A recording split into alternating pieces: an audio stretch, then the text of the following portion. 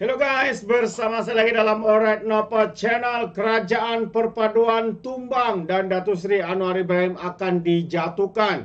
Itulah antara propaganda, antara persepsi yang dibuat ya oleh geng-geng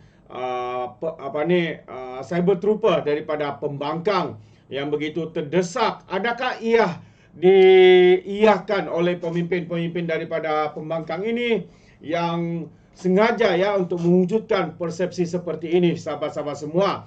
Jadi menarik ya untuk kita lihat bersama satu komentar ya apabila pembacaan saya tadi menarik untuk saya kongsikan bersama dengan Anda, sahabat-sahabat semua. Jadi tanpa buang masa saya mau membacakan kenyataan ini, tapi sebelum itu jangan lupa juga untuk terus support Alright Nopo Channel dengan cara tekan butang subscribe, like, dan share. Mari kita ikuti berita gempa hari ini. Anwar dan siri propaganda kerajaan jatuh. Jadi ini antara isu yang viral sebenarnya diperkatakan di media sosial. Jadi mari kita lihat komentar ini. Politik antara resipinya adalah persepsi. Dalam konteks politik modern, persepsi dikaitkan dengan propaganda. Bagi yang meyakini propaganda sebagai strategi politik, kesilapan besar sudah terjadi karena propaganda tidak semestinya menjadi kenyataan. Dalam realiti politik Malaysia, Anwar Ibrahim mungkin di antara politikus yang diharapkan tidak lama menerajui kerajaan dengan berbagai alasan yang diberikan oleh musuhnya. Ada yang berani mendakwa kerajaan Madani pimpinan Anwar akan tumbang Januari ini, walaupun alasannya sekadar propaganda. Sekarang bulan Januari semakin tiba ke penghujung. Orang yang mendakwa Anwar tumbang terpaksa mencari alasan baru semata-mata untuk menghiburkan pengikut mereka selain memujuk hati sendiri. Mampukah Anwar berdepan dengan propaganda politik ini? Ini satu persoalan yang menarik untuk kita ikuti, sahabat-sahabat semua. Jadi peperangan pada zaman modern ini bukan hanya tentang senjata, strategi dan bom untuk mengalahkan lawan. Propaganda media sosial juga menjadi penting. American Historical Association menyebut ya propaganda bertujuan untuk menurunkan keinginan musuh untuk melawan, dan hal itu dilakukan melalui beberapa cara. Antaranya dengan menggambarkan keberhasilan pihak propagandis, cara lain dengan menggambarkan superiority moral dari perjuangan musuh. Ini adalah strategi satu pihak untuk mengintimidasi musuh dan memisahkan mereka daripada rakyat, dan menghancurkan perlawanan dengan memberikan bukti bahwa sebagian besar rakyat telah tertipu serta disesatkan. Jadi hari ini bukan rahasia umum bahwa isu agama dan bangsa dipermainkan secara terbuka walaupun tanpa logik akal. Dalam konteks propaganda, logik kurang diperlukan karena emosi yang menjadi keutamaan. Anwar tentunya arif karena pengalaman siasa selepas 1998 mengajar dia mengenal musuh yang sepatutnya. Peranan Laskar Cyber dalam konteks modern perlu ditangani. Dakwaan kerajaan membelakangi kepentingan Melayu dan Islam perlu dinoktakan. Max Owen Jones, seorang profesor kajian Timur Tengah dan humaniora digital di Universiti Hamad bin Khalifa Qatar, dalam sebuah artikel di Al Jazeera menyatakan media utama dan media sosial penting dalam membentuk pendapat umum.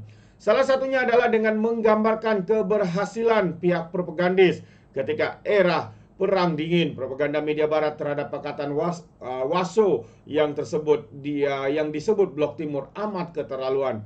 Persaingan bukan sahaja membabitkan dominasi pengintipan CIA dan KGB, malah percanggahan ideologi, kapitalisme, sekulerisme, dan juga komunisme. Dalam konteks Malaysia, golongan kanan dianggap murni dan suci karena kononnya menegakkan sistem demokrasi raja berperanggaan. Golongan komunis dan sosialis dianggap kiri dan antisosial sekaligus musuh demokrasi.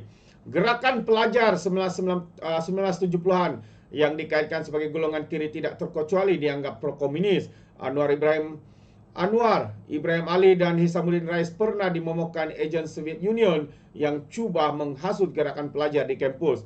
Kemudian Anwar menyertai UMNO pada 1982 dan imej dia dipulihkan sebagai pemimpin muda Islamik oleh propagandis tempatan. Dua penerima anugerah Nobel Keamanan 2021, Maria Ressa Filipina dan Dmitry Muratov Rusia, mengakui propaganda politik yang dilancarkan penguasa memang bukan fenomena baru. Pada era Nazi di Jerman, propaganda dilancarkan dengan sangat terancang melalui Kementerian Propaganda pimpinan Joseph Goebbels. Pada era Soviet Union, kawalan pendapat umum menjadi agenda media rasmi kerajaan. Di Manila pada era Ferdinand Marcos pula, Akbar hanya melaporkan jasa pimpinan utama dan keramahan wanita pertama Filipina. Propaganda politik masa kini sering dilancarkan lebih halus, terutama dengan menggunakan jalur internet, khususnya melalui platform media sosial. September lalu, YouTube misalnya menyekat 2 saluran siaran berbahasa Jerman dari televisi Rusia, RT, yang sebelumnya dikenal sebagai Russia Today. Alasannya RT menyebarkan informasi bohong tentang virus corona dan diidentifikasikan sebagai media propaganda pemerintah Rusia. Keadaan itu membuktikan ada pihak yang menggunakan propaganda untuk memanipulasi pikiran, emosi, dan tindakan pengikutnya. Ilmuwan politik dari Organization for Propaganda Studies yang bermarkas di London, Pierre Robinson, mengatakan propaganda pada prinsipnya bermaksud memujuk seseorang untuk bertindak atau berperilaku dengan cara tertentu. Dia memberi contoh ketika Rumah Putih berusaha mendapatkan simpati awam untuk melancarkan serangan ke atas Irak pada tahun 2003. Mereka melebih-lebihkan tentang senjata pemusnah massa untuk menampakkan Irak sebagai ancaman yang jauh lebih besar daripada realiti. Katanya padahal tidak ada senjata pemusnah nuklir yang ditemukan. Pensyarah media University Newcastle, Florian Zolman, mengatakan perang Irak adalah contoh bagaimana masalah informasi dan berita palsu menjadi elemen propaganda politik. Amerika Serikat dibingkaikan oleh George W. Bush sebagai penyelamat. Dunia perlu bersama-sama Amerika Serikat memerangi pengganas negara yang tidak menyokong adalah musuh perdamaian dan perlu diterangi. Pidato Bush yang menjadi pemangkin ketegangan terhadap Islam. Propaganda Barat meletakkan Islam sebagai musuh kepada demokrasi dan sekularisme. Penentangan terhadap pengganas dikaitkan sebagai musuh memerangi Islam. Dari Anwar satu dahulu dianggap reformis Muslim, hari ini kepimpinan sedang diuji. Sama ada kerajaan perpaduan bertahan hingga habis penggal atau tidak masih menjadi rahasia. Yang pasti, propaganda sebahagian dari percaturan alat peperangan zaman modern. Itu dia sahabat semua. Ya, ini adalah tulisan daripada Imlan Adabi, bekas wartawan berita harian. Ya, yang mana beliau memberikan pencerahan ya begitu panjang lebar ya bahawa apa yang sedang dilakukan oleh pihak pembangkang hari ini dengan mewujudkan ya propaganda, persepsi kononnya kerajaan ini akan tumbang, kononnya kerajaan ini akan dijatuhkan, Perdana Menterinya akan diganti dan sebagainya. Ini menunjukkan sahabat-sahabat semua bahwa tindakan dan juga strategi yang sedang dilakukan ini ialah melalui persepsi propaganda ya yang jelas kita lihat ya saban hari, saban bulan ya mereka mengatakan kerajaan ini akan tumbang, kerajaan perpaduan akan dijatuhkan, Perdana Menteri Datuk Seri Anwar Ibrahim akan diganti dengan Perdana Menteri. Betapa hebatnya pihak pembangkang hari ini membina naratif persepsi propaganda untuk menjatuhkan kerajaan hari ini. Tetapi akhirnya sahabat semua, ya, kegagalan demi kegagalan ini membuatkan rakyat begitu muak dengan apa yang sedang dilakukan oleh pihak pembangkang hari ini. Janji demi janji, ya, apalagi harapan demi harapan yang diberikan. Akhirnya sedikit demi sedikit, ya, penyokong-penyokong mereka mula ya merasa muak dan benci dengan pimpinan-pimpinan politikus-politikus yang hanya pandai berkata tapi semuanya itu hanyalah satu untuk kepentingan parti, kepentingan individu yang rakus akan kuasa sahabat-sahabat semua. Begitu baiknya ulasan daripada bekas wartawan ini. Dari itu sedikit pandangan saya juga, tambahan daripada saya sendiri. Bagaimana dengan anda sahabat-sahabat semua di luar sana? Adakah rakyat hari ini harus menolak ya parti yang tidak habis-habis menjanjikan memberikan harapan palsu ya karena apa? Demi untuk kepentingan mereka semata-mata. Tapi emosi ya persepsi yang dibuat itu hanyalah untuk mengiyakan kerakusan, ya, mengiyakan apa yang sedang dilakukan oleh mereka, itu membina persepsi dan juga propaganda untuk menjatuhkan kerajaan hari ini.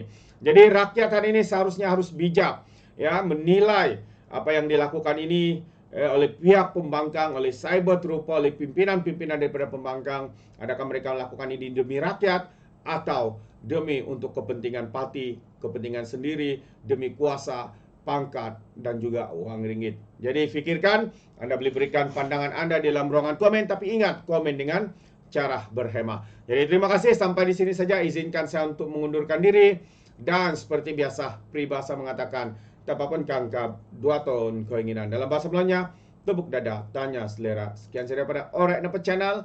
Kita berjumpa lagi. Bye-bye.